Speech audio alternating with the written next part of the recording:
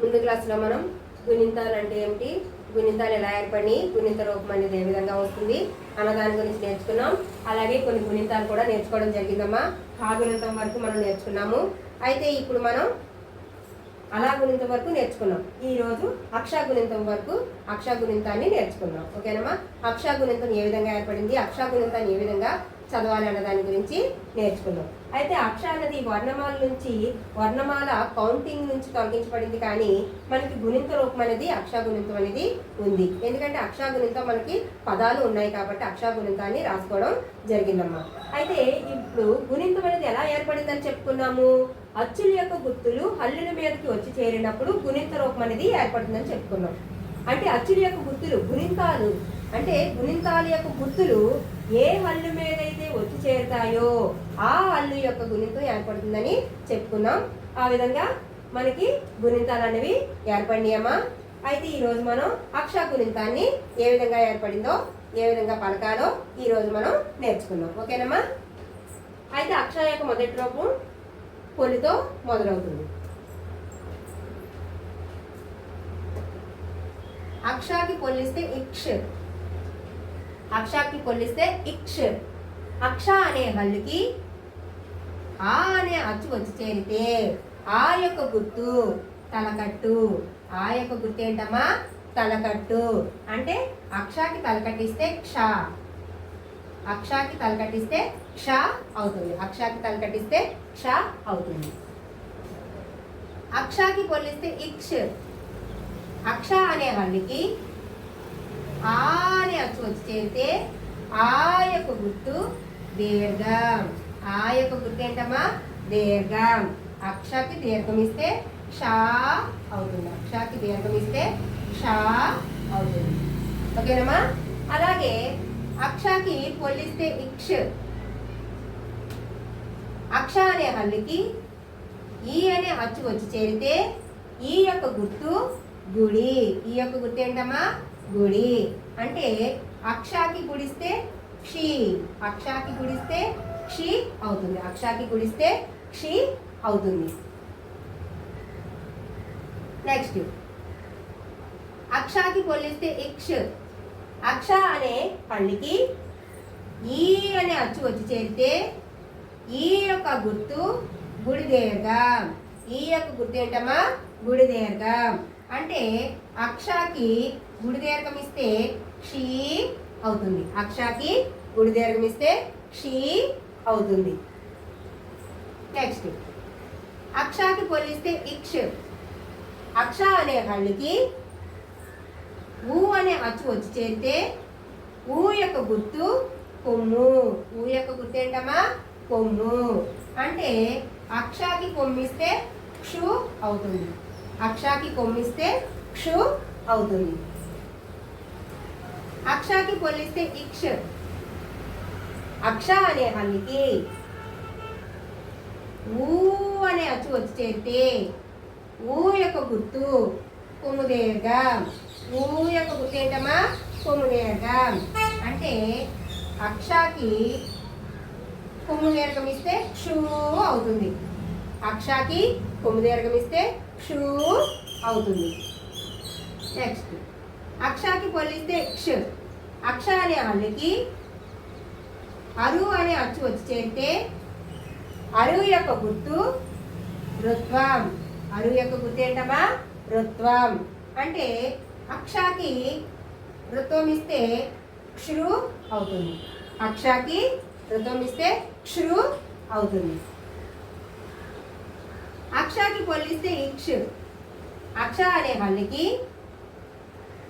అరు అనే అచ్చు వచ్చి చేరితే అరు యొక్క గుర్తు రుత్వ దీర్ఘం. అరు యొక్క గుర్తు ఏంటమ్మా, రుత్వ దీర్ఘం. అంటే అక్షాకి రుత్వ దీర్ఘం ఇస్తే క్షృ అవుతుంది. అక్షాకి రుత్వ దీర్ఘం ఇస్తే క్షృ అవుతుంది. నెక్స్ట్ అక్షాకి పొల్లిస్తే ఇక్ష్. అక్ష అనే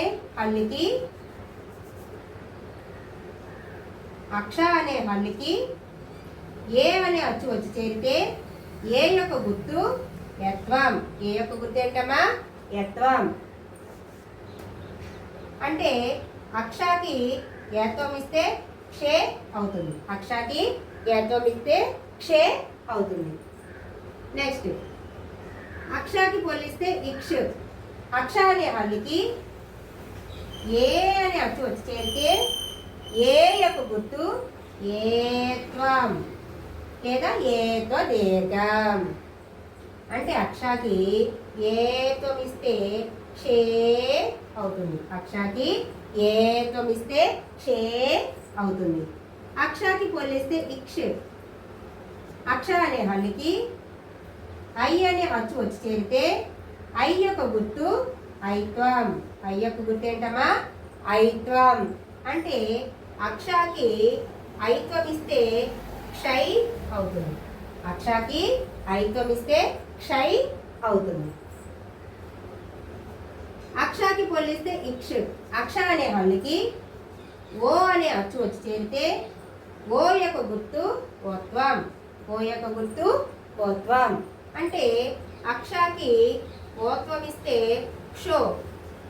అక్షాకి ఓత్వం ఇస్తే క్షో అవుతుంది. అక్షాకి పోలిస్తే ఇక్ష. అక్ష అనే హల్లుకి ఓ అనే అచ్చు వచ్చి చేరితే ఓ యొక్క గుర్తు ఓత్వం లేదా ఓత్వ దీర్ఘం. ఓత్వం లేదా ఓత్వ దీర్ఘం. అంటే అక్షాకి ఓత్వం ఇస్తే క్షో అవుతుంది. అక్షాకి ఓత్వం ఇస్తే క్షో అవుతుంది. అక్షాకి పోలిస్తే ఇక్ష.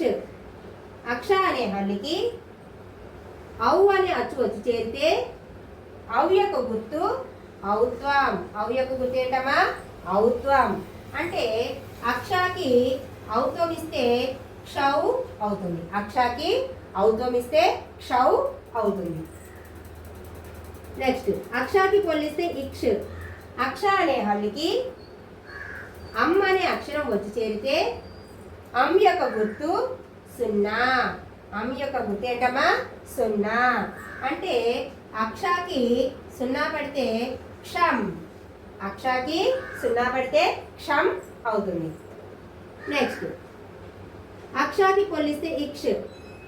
అక్ష అనే హల్లుకి అహా అనే అచ్చు వచ్చి చేరితే అహా అనే అక్షరం వచ్చి చేరితే అహా యొక్క గుర్తు విసర్గ. అహా యొక్క గుర్తు ఏంటమ్మా? విసర్గ.